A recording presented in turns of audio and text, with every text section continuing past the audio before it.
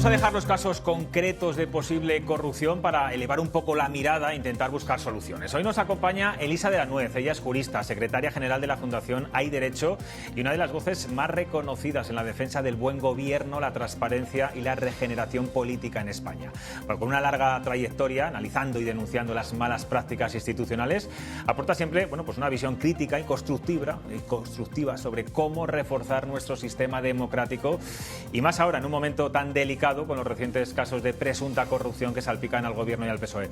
Elisa de la Nuez, buenas noches y bienvenida a Cuestión de Prioridades. ¿Qué tal? Buenas noches. ¿Qué efectos tiene todo lo que está ocurriendo ahora mismo en España en la confianza de los ciudadanos sobre las instituciones? Yo no sé si esta suma de casos lo que consigue es anestesiar también a la sociedad y, de alguna forma que normalicemos todos estos escándalos. Bueno, yo creo que sí que hay una parte de que, claro, como cada día hay un escándalo mayor que el día anterior, pues de alguna forma como sociedad no acabas de asumir todo, ¿no? Pero por otro lado, contestando a tu primera pregunta, que es muy importante, yo creo que esto es letal para la credibilidad de las instituciones, ¿no? Porque, digamos, cualquier ciudadano de a pie se para un momento a reflexionar y tiene la sensación de que todo es un enorme caso de corrupción, además, en este caso del PSOE, pero también te puedes acordar de los casos del PP, el tema de la financiación de los partidos. Entonces yo creo que la situación es un poco, por un lado, de asombro, porque yo creo que hay una cierta situación de asombro. ¿Cómo podemos estar viendo casos de corrupción que se parecen tanto a los de hace 30 años, a los de hace 20 años, ¿no? Cuando se supone que hemos aprobado toneladas de medidas para evitar esto? Y por otro lado, también es verdad esa falta de confianza en el sentido de decir, pero entonces todo es lo mismo, todo lo que nos cuentan es mentira. Yo creo que esa situación se puede dar y se está dando, ¿no? De hecho. ¿Y todo es lo mismo? El Partido Socialista ahora recuerda los casos de la Gürtel, de Kitchen, para defenderse un poco de lo que está ocurriendo. ¿Es igual de grave la corrupción del PP que la del PSOE? ¿Hay matices, hay diferencias? ¿España es un país corrupto? A ver, yo creo que el problema de fondo, y no voy a entrar en el y tú más, porque siempre a uno le parece más grave el de, digamos, el partido de enfrente que el suyo, es que la corrupción de fondo se parece mucho, ¿no? Y eso es un poco lo que me interesa destacar. Es el tema de una corrupción muy ligada, por un lado, a los partidos y, por otro lado, a la contratación pública, ¿no? Y a esos tráficos de influencia, a esos conflictos de intereses que llevamos viendo, eso decía, desde los años 90, ¿no? Que nos podemos remontar a los primeros casos. Entonces, creo que lo que es preocupante es ver que no cambia el tipo de corrupción que tenemos, más allá de que puedas considerar que la gravedad de uno o la del otro que está más o menos extendida, pero que el tipo de corrupción es exactamente el mismo, que es un poco esto que estamos viendo, ¿no? La obra pública, la contratación, por supuesto el nepotismo en las empresas públicas. Entonces, más allá de que sea, digamos, más extendido, más allá de la cantidad de dinero, ¿no? Que a veces se dice, no, es que han robado más, han robado menos. Es que el problema real es, no somos capaces de erradicar este tipo de corrupción. Claro, pero la normativa, lo hacía antes referencia, la normativa, los sistemas de control para evitar algo tan básico como son las mordidas de adjudicación de obra pública, ¿no es lo suficientemente severa? ¿O dónde está el fallo? ¿Los mecanismos de control entre los propios funcionarios? ¿Dónde puede estar la raíz para poder evitarlo? Porque normativa hay desde hace bastantes años. La normativa hay para aburrir, ¿no? Y yo creo que esa es la primera idea, que hemos aprobado un montón de normativa, códigos éticos, me acuerdo ahora por el código ético del PSOE. Hombre, hay un código ético, otra cosa es que ese código ético se cumpla o haya garantías de cumplimiento. Y yo creo que hay que poner el foco efectivamente en las garantías del cumplimiento de esa normativa, que tienen mucho que ver efectivamente con todo el tema de hasta qué punto los funcionarios o los empleados públicos son o no susceptibles, no digo de ellos de corrupción, sino de instrucciones de arriba, que esto es algo muy importante. Es decir, yo no digo que los funcionarios o los empleados públicos que están en una mesa de contratación hayan cobrado mordidas, a lo mejor hay algún caso, pero no. Lo que son muy susceptibles de recibir instrucciones de arriba y de no oponerse a esas instrucciones. ¿Por qué? Bueno, pues que puede ser un problema, puedes tener un problema de promoción, puedes tener un problema de retribuciones variables. Es decir, que yo creo que se produce más esa situación donde, digamos, además lo hemos visto estos días, ¿no? Es que me dieron la orden, es que me llama el ministro. Bueno, se supone que un funcionario, un empleado público puede decir que no. Pues esa es un poco la idea, ¿no? De que estás protegido para decir esto no funciona así, esto hay unos procedimientos, hay unas reglas. Cuando eso falla, es muy complicado arreglarlo por mucha norma que pongas. Hablamos de los funcionarios, vámonos a ir al otro extremo, al máximo nivel. ¿Es posible que el presidente del Gobierno no supiera lo que estaba haciendo su ministro de Transportes en el Ministerio? Y lo mismo ocurre en el caso de Santos Cerdá con el Partido Socialista. A ver, yo eso no entraría tanto en el tema de la corrupción, porque hay una cosa que sí me parece interesante. Ábalos pide el Ministerio de Transportes. El Ministerio de Transportes no es un ministerio cualquiera, es el ministerio que más obra pública tiene y, por tanto, digamos, interesante desde el punto de vista si te vas a dedicar o tienes pensado, digamos, hacer este tipo de cosas. Yo puedo pensar que el presidente del Gobierno no supiera que era para eso, pero lo que sí me parece importante es que lo que no podía era desconocer el carácter de las personas que estaba nombrando como secretarios generales. Es decir, tú te puedes sentir engañado porque, oye, no pensaba que iba a robar o que iba a hacer mordidas. Bueno, pero lo que creo que no te puedes sentir engañado es por el perfil de las personas que tú has, digamos, puesto en esos puestos. ¿Por qué digo esto? A sus carencias, a sus gustos. Me refiero al tema del código ético. Es decir, yo creo que es difícil que tú promuevas a unas personas que claramente, por lo que hemos visto y las conversaciones y los audios, tienen, bueno, no sé cómo decirlo, una falta de valores o unos valores que no son precisamente los propios de unos representantes políticos. Y es más, me atrevería a decir que precisamente elige esos perfiles porque son personas que pueden hacer determinadas cosas, a lo mejor, por decirlo así, sin tantos remilgos como puedan tener otros perfiles de otro tipo, ¿no? Entonces, yo creo que se podría a lo mejor pensar que no sabía que efectivamente estaban supuestamente haciendo mordidas o tal, pero difícilmente se podía engañar sobre el tipo de personas que había promovido a estos puestos. Y creo que esto es relevante también en relación con los famosos son solo 2 votos, ¿no? Bueno, no son 2 votos ni 200, es uno elige perfiles que son capaces de amañar unas elecciones, por ejemplo, ¿no? Y eso yo creo que sí que es algo visible y que seguramente lo era también para otras personas en eso, ¿eh? O sea, yo también creo que cosas así no deben pasar muy inadvertidas en otros responsables. Pero sí separaría la parte de corrupción, porque bueno, puede que no tuviera constancia, de la parte, digamos, más ética o de valores, que creo que es difícil que no tuviera constancia, la verdad. Y llegados a este punto, con 2 secretarios de organización del Partido Socialista investigados, con uno de ellos, Santos Cerdán, hoy entre rejas, ¿cómo se puede sanear la vida pública? ¿La mejor solución es una convocatoria anticipada, como dice el PP, una cuestión de confianza? ¿Cómo podemos intentar, o cómo debería intentar el Gobierno que los ciudadanos vean que esto no es siempre así? Bueno, es que es difícil, ¿no? Porque la reacción ha sido precisamente toda la contraria, ¿no? El cierre de filas y un poco el y tú más y el seguir. Entonces, claro, es por eso, volviendo a lo que decíamos al principio, el ciudadano de a pie dice, ¿cómo es posible que tengas 2 secretarios de organización nombrados por ti y uno en la cárcel y no seas mínimamente capaz de asumir responsabilidades políticas? Porque siempre decimos lo mismo, una cosa son las responsabilidades judiciales, que ya se determinarán, y otra cosa son las responsabilidades políticas, cuando además legítimamente se han pedido responsabilidades políticas en casos similares, y me parece correcto, ¿eh? Es decir, me acuerdo del caso de Esperanza Aguirre, pues 2 vicepresidentes en la cárcel, pues sí, efectivamente usted tiene mal ojo, por así decirlo, ¿no?, para escoger a las personas. Pues estamos en un supuesto parecido. Lo que pasa que, claro, eso que sería lo serio, decir, mire, sí, pues efectivamente asumo responsabilidades políticas, convoco elecciones o me someto a una moción de confianza, lo que sea, es lo que claramente no se va a hacer. Entonces, a partir de ahí, pues hombre, yo creo que es difícil hacerse ilusiones, ¿no?, sobre posibles medidas de regeneración, porque lo básico sería decir, mire, esto no va a volver a pasar y además, digamos, me implico personalmente y reconozco que esto ha sido un error mío, y ya vemos que es todo lo contrario, ¿no? Es un poco lo de siempre, por cierre de filas. En plena tormenta, señora de la Nuez, ¿quién se beneficia de todo esto? ¿Los partidos antisistemas? ¿Los extremos? Yo tengo esa convicción. Yo creo que en esto de todos son iguales, no te puedes fiar de los partidos, todos mienten, todos roban. Los únicos que se benefician o los que más se van a beneficiar son los partidos que precisamente dicen eso, ¿no? Es decir, todo el sistema es corrupto, los partidos son iguales, los líderes nos mienten. Yo creo que de forma natural el que recoge esa, digamos, falta de confianza, de sazón, es el partido que dice, ves, efectivamente, estos son todos iguales, esto es un sistema corrupto, hay que ir contra esto. Y yo creo que además los datos que estamos viendo van en esa dirección. Es decir, que esto no refuerza precisamente, digamos, la posición de los partidos más moderados o más centrales, sino más bien los de los extremos. Usted es jurista. Mañana, a partir de mañana empieza esa huelga de fiscales y de jueces. Bueno, piden al Gobierno que se mantenga el Poder Judicial, la independencia del Poder Judicial. No quiero preguntarle por eso, sino cómo puede regenerar el Poder Judicial y si es necesario, porque la imagen que trasladan los políticos es aquí hay lawfare, los jueces están comprados, unos dependen de un partido, no están cumpliendo su objetivo. ¿Hay que regenerar el Poder Judicial?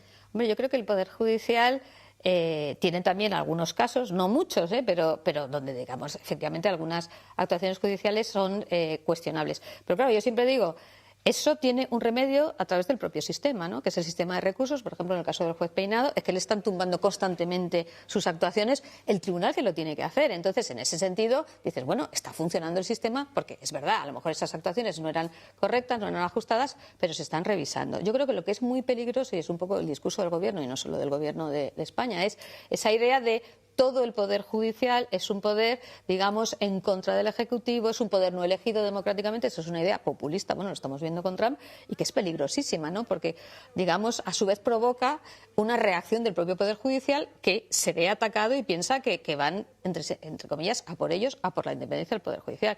Y yo creo que es una situación muy preocupante, en el sentido de que se está extendiendo esa idea de choque de poderes, ¿no? Poder ejecutivo contra el poder judicial, y de ahí es difícil que salga algo bueno. Hemos hablado de la clase política, del poder judicial, también vamos a hablar de los propios medios de comunicación. Bueno, si os atrevéis. Yo claro que me atrevo, sí. Vamos, aquí tengo a 3 periodistas muy valientes. Nunca como hasta ahora hemos visto al Gobierno, a sus ministros, atacando, señalando a periodistas con nombres y apellidos. Tenemos aquí el caso de Ketty Garat. Pero ¿cómo podemos contribuir los medios de comunicación a esa regeneración política y democrática? Bueno, yo hay una cosa que voy a decir, es, en primer lugar, exigiendo responsabilidad a los más cercanos a ti. Eso lo digo mucho, es decir, una crítica desde un medio cercano es muchísimo más importante que 100 críticas desde un medio, digamos, más ideológicamente más lejano, ¿no? Y eso a mí me parece que es una buena actuación profesional. Es decir, bueno, vamos a ver, esto no se está haciendo bien, esto no es correcto, aquí se están haciendo medias verdades o bulos, llamémosle como sea, desde el Gobierno, desde la oposición, desde cualquier partido, pero cuando eso se señala, digamos, por el medio cercano, tiene un valor infinitamente mayor, ¿no? Y yo creo que eso es además prueba de honestidad profesional, ¿no? Es decir, siempre digo lo mismo, lo importante no es el quién, sino el qué. Si a mí me parece que una conducta no es correcta, o alguien está diciendo algo que no es verdad, o que es un bulo, o que se puede, digamos, desmontar, eso hay que hacerlo siempre, no solo cuando, digamos, lo hace el adversario, que es muy fácil, sino cuando lo hace también, digamos, Pero el hecho de que desde una institución tan importante como es un Gobierno se critique, se señale, se insulte incluso a veces a medios de comunicación, a periodistas, ¿no es una forma también de que perdamos credibilidad ante los ciudadanos? Hombre, sin duda, sin duda. Además, yo creo que, bueno, como está aquí delante, esa idea de determinadas cosas vienen de la fachosfera y por tanto no son creíbles, es que la hemos visto, ¿no? Entonces, eso funciona, porque mucha gente piensa, bueno, de estos medios no nos podemos creer nada. No funciona hasta que llega la realidad y la verdad, claro. Bueno, pero funciona, ¿eh? Sí. Luego otra cosa es que algo queda, ¿no? Exacto, y luego la realidad lo que tiene es que es muy dura, ¿no? Pero es verdad que ese constante, es como lo del Poder Judicial. El Poder Judicial son todos fachas, son todos de derecha, son todos hijos de no sé quién. Claro, eso va calando el discurso, ¿no? Y es muy peligroso. Luego, efectivamente, la realidad de los datos dicen otra cosa, pero hay mucha gente que se queda un poco con esa idea y que, por tanto, considera que ciertas cosas desde ciertos medios no tienen suficiente credibilidad, y eso, efectivamente, mina enormemente también el tema de los medios. Elisa, la última pregunta, por mi parte, no se la voy a hacer yo, se la va a hacer nuestro viñetista, Chema Nieto, que ha hecho hoy un dibujo en forma de pregunta. Vamos a verlo.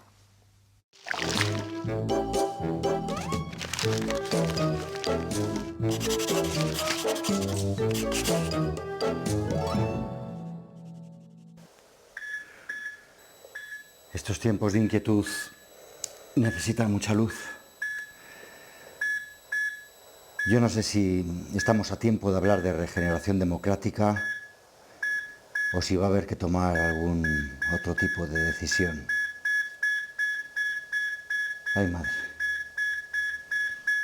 Retroceda a la penumbra. Ya la actualidad relumbra. ¿Cuál es la medida más urgente, más importante para salvar al enfermo?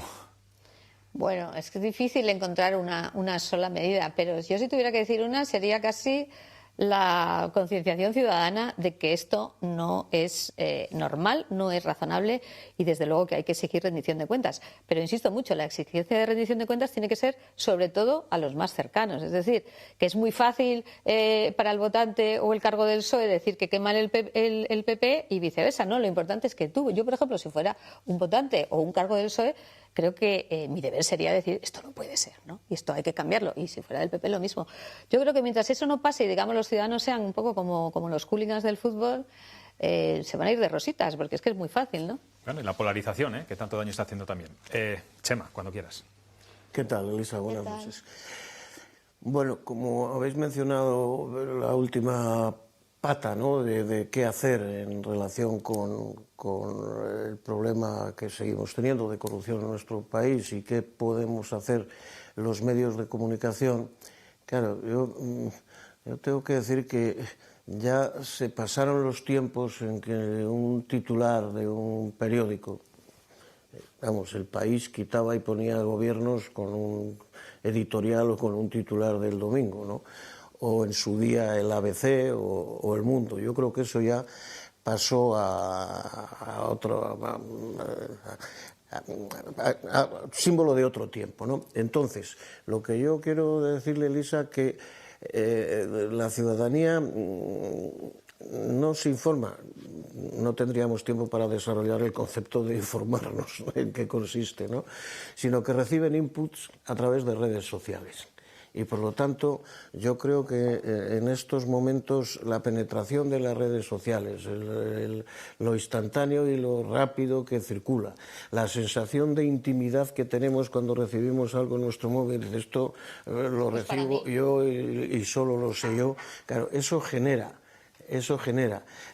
unos estados de ánimo, unas sensaciones y, en su caso, unas dudas severísimas. Por lo tanto, yo no sé cómo lo ve usted, si tenemos un problema cuando la sociedad se informa no ya a través de los medios de comunicación convencionales, sino fundamentalmente a través de las redes sociales.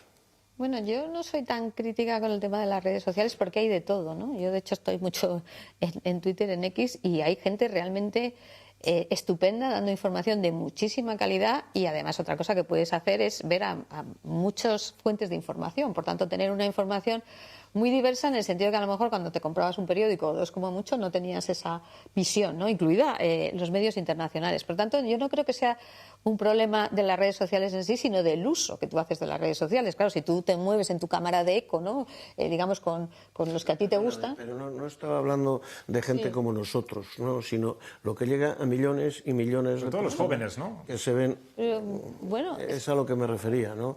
Porque, en fin, aquí estamos personas que podemos tratar de discernir, pero claro, yo creo que eso no es el común. Yo creo que cualquiera, o sea, yo no soy tan pesimista, ¿no? Yo creo que cualquiera es perfectamente capaz de discernir.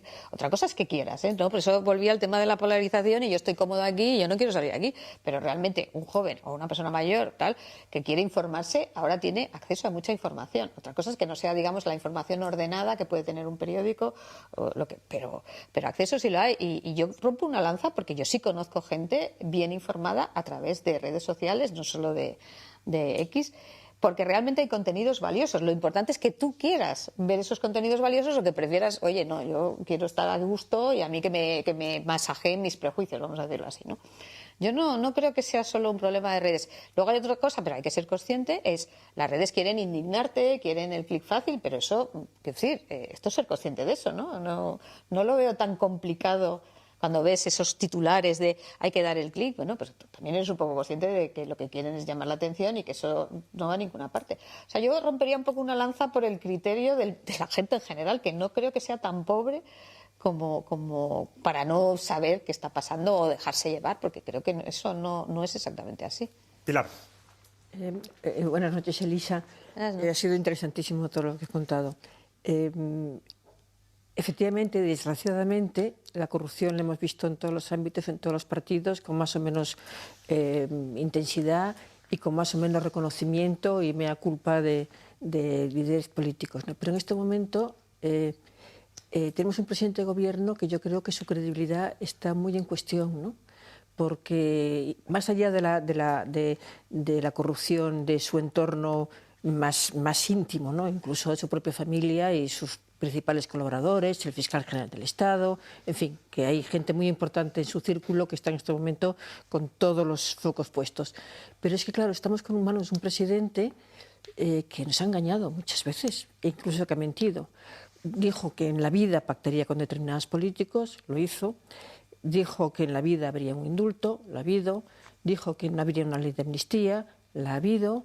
Que no se amnistiaría a los sediciosos de Cataluña, los ha amnistiado. Es decir, ¿hasta qué punto el hecho de que tengamos un presidente que está perdiendo la credibilidad, o en muchos sectores, en un sector importante en el que me incluyo, para mí no es creíble, puede estar en este momento influyendo en la falta de ética que se puede ver en algunos sectores sociales? Hombre, yo creo que es importantísimo, ¿no? Efectivamente, al final esto es un ejemplo que lanzas a la sociedad. Y cuando, digamos, estás continuamente cambiando de opinión o mintiendo directamente a tu electorado, también estás sentando un poco unas reglas, ¿no? Y eso además se ve muy claro cómo va hacia abajo, que es lo habitual, ¿no? Empieza él, pero luego los ministros, entonces va calando y al final dices, bueno, efectivamente tenemos un problema de credibilidad, un problema que da igual decir una cosa que la contraria, un problema que da igual mentir, pero eso, volviendo un poco a lo que tú decías, claro, eso la gente de alguna forma te lo compra, porque como está todo tan polarizado, y mejor eso que venga la ultraderecha. Es decir, que claro que hay un problema en ese sentido, que yo incluso podría hablar de que ese a lo mejor es un problema tan o más grave que la corrupción material, digamos, o económica, que es la corrupción institucional. La corrupción moral, me parece mucho. Bueno, o si quieres esa corrupción, digamos, en el sentido de ya no respetar lo básico. A ver, que yo entiendo que un político tiene que ser flexible y adaptarse a las realidades, pero claro, llega un momento de si todo vale y da igual, yo te cuento una cosa y la contraria y tal, el mensaje que lanzas es tremendo, ¿no? Y creo que eso sí que es muy demoledor, ya para la confianza en el presidente del Gobierno y en el PSOE, para la confianza en el sistema. Ojo, porque claro, lo que te estás cargando ya no es el PSOE o una alternativa, te estás cargando la confianza en el sistema, porque al final dices, bueno, pues esto se me queda todo un poco igual, ¿no? Y yo totalmente de acuerdo. Totalmente de acuerdo. Yo te iba a preguntar precisamente eso, pero como ya has respondido, te voy a preguntar otra cosa, porque es verdad que no sé si es peor la corrupción de colonizar las instituciones hasta el punto de que esas instituciones no tengan crédito que la corrupción económica en sí misma. Pero hay una parte del principio de tu intervención que me parece, bueno, yo coincido plenamente con el valor de la independencia profesional, cada uno en su ámbito, de la independencia periodística, pero es verdad que los periodistas fiscalizamos al poder esté quien esté, o debemos de fiscalizar al poder, esté quien esté. Ese es el debe, esa es nuestra obligación.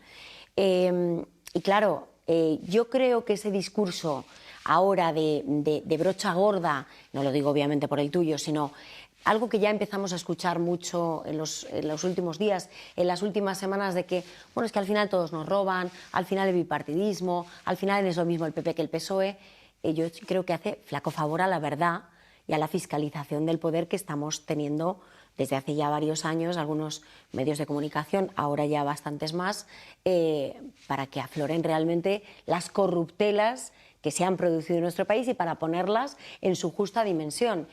Oye, en su día Paco Camps se fue a su casa y se fue a su casa por 3 trajes.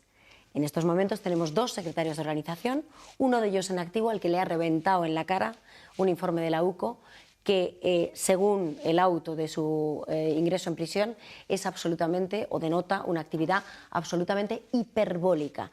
Yo creo que no es comparable a día de hoy la corrupción que habíamos conocido en el pasado con la que estamos viendo en estos momentos. Creo que no lo es. Creo que se fiscalizó y el Partido Popular fue desalojado del poder en justicia por sus actuaciones y por la actividad de la causa de la Gürtel, pero creo que en estos momentos estamos conociendo, oye, una organización criminal que ha penetrado y ha capilarizado el núcleo duro, el tuétano del Partido Socialista durante los 10 años en que Pedro Sánchez ha ocupado el poder. ¿Con esto qué quiero decir? Bueno, pues esto que se dice tanto en el pasado y que decía Alfredo Pérez Rubalcaba mucho, de socializar las pérdidas y privatizar los beneficios, ¿no? Que corremos el riesgo de hacer esa tabla rasa de que todos son corruptos. No, a cada uno lo que es cada uno, estamos en el momento actual y yo creo que ahora mismo hay que fiscalizar al actual gobernante. Y ahí va la pregunta. Desde el punto de vista de la ética, de la higiene democrática, ¿tú crees que el presidente del Gobierno se tendría que ir a su casa? Voy a empezar por la primera que me has dicho, me ha parecido muy interesante. Dices, me parece más grave la corrupción institucional que la corrupción económica. Es que es la misma. Esto es importante entenderlo. Es decir, sin la primera, sin esa colonización de las instituciones, sin ese poner a personas de mi cuerda que van a hacer lo que yo le diga, es poco probable que pase la segunda. Lo digo porque no suelen diferenciarse. Y cuando me dicen una es más grave que la otra, digo, una es la condición necesaria de la otra, para entendernos. Empezando por el tema de si debéis ser casa, yo sí creo que tiene que asumir, o sea, para mí tendría que asumir responsabilidades políticas, y además creo que su propio partido debería, si quiere, digamos, tener esa limpieza, exigirle que se fuera. Ya sé que esto es ciencia ficción, pero no debería ser ciencia ficción. Sencillamente, oiga, pongan ustedes a otra persona que puedan ustedes razonablemente considerar que no está afectado por estos casos. Yo eso lo tengo clarísimo, además creo que sería lo razonable en cualquier país con un poco, digamos, de pues eso, ¿no?, de exigencia y rendición de cuentas. Es que usted ha nombrado a 2 secretarios generales seguidos durante mucho tiempo, ya ha pasado lo que eso. En cambio, lo que no te voy a dar la razón es si esto es más grave o menos grave, porque lo que yo sí te quería decir, y esto es lo que te he contestado al principio, es ese mismo tipo de corrupción. Es decir, ya puedes decir, es más grave, unos asumieron responsabilidades, otros no, pero a mí lo que me preocupa, ahora hablo un poco más desde el punto de vista de fondo, es cómo es posible que sigamos amañando contratos de obra pública en el año 2025. Y eso sí que creo que es una preocupación más allá de que lo haga uno o lo haga otro, porque el problema de fondo es que se puede hacer, ¿no? Y como hemos aprobado tantísima normativa para que esto no pasara, pues yo creo que eso es una reflexión que como sociedad, insisto, más allá de que lo haga uno o que lo haga otro, que sea más grave, que como sociedad hay que hacerse esta reflexión. ¿Qué está pasando para que esto siga? Mi pregunta no era tanto, evidentemente, el tipo de corrupción, que ahí tienes razón, evidentemente estamos hablando del mismo tipo de corrupción ya del Pleistoceno anterior, ¿no? O ya bueno, muy no sé si del Pleistoceno anterior. Bueno, la corrupción de los 90 sigue siendo la misma. No, eso me refiero. A la misma de las de los 90 es exactamente la misma. Los 2020, porque ya no estamos ni en los 2000, con lo cual, evidentemente, no es el tipo de corrupción, es el grado en el que se ha disparado esa corrupción. Cuando estamos hablando precisamente de una serie de audios en los que ya se reparten de manera burda, y esto para SACIR, y esto para acciones, aquí 500.000, y aquí 2 millones, y aquí 600. O sea, llegamos a un grado de obscenidad tratándose de conversaciones que encima pillan con el carrito del helado a un secretario de organización, no, a 2, y a uno de ellos en activo, que me parece, yo creo que en justicia hay que decirlo, que no es comparable a lo que conocimos en la anterior etapa, que era absolutamente denunciable, pero que quiero recordar que el Partido Popular fue desalojado por una sentencia de la Gürtel, y bien desalojado, pero una sentencia de la Gürtel cuyo párrafo central luego fue expurgado precisamente por el ponente, con lo cual me parece que no es comparable. Bueno, fue expulsado por una moción de censura, no por la sentencia de la Gürtel, que eso es importante. Una moción que se presenta... Claro, pero que es políticamente, porque me habéis preguntado antes, hay una articulación política en base a esa sentencia. No es que la sentencia expulse a nadie, es que se usa políticamente o una moción de censura y por tanto tal. Yo creo que lo que tú dices de la obscenidad y de, digamos, el descaro, esto es una cosa que suele ocurrir cuando la gente se va animando. ¿Por qué digo esto? Porque, claro, ¿cuándo empezaron estas? Bueno, tú lo sabes, que se ha investigado. Esto no empieza ayer ni antes de ayer. Entonces, esa sensación de impunidad, que yo creo que eso es muy llamativo, ¿no? Y, por tanto, yo me voy animando y voy diciendo, y entonces tal, eso suele pasar cuando hay gente que está en este tipo de posiciones y vas haciendo cositas y nunca pasa nada, ¿no? Y claro, llega un momento en que ya, bueno, pues esto es jauja. Entonces eso sí que creo que es cierto, pero que viene más bien de ese proceso donde yo he ido haciendo cosas, no ha pasado nada, me han nombrado, que es que también hay que recordarlo, me quitan de ministro, pero luego voy en las listas, al otro señor le nombran secretario. ¿Qué sensación tienes tú? Pues que aquí todo vale y que esto me lo van a perdonar, ¿no? Pues Elisa de la Nuez, se agolpan los casos escandalosos de corrupción, obscenos, como dice Ketty Garat, y yo creo que era bueno hacer una pausa, una parada y hablar de regeneración democrática, de la que hablan mucho los políticos, se les llena la boca, pero realmente a la hora de la verdad poco estamos viendo, ¿no? A ver qué hacen también el Partido Popular, el Partido Socialista, el resto de partidos, qué códigos éticos tendrán que empezar otra vez a diseñar a partir de ahora, después de todo lo que ha pasado, o no, ya lo veremos. Gracias de nuevo por estar en Cuestión de Prioridades. Nada, gracias a vosotros. Gracias. Chema, Pilar, Ketty, gracias como siempre.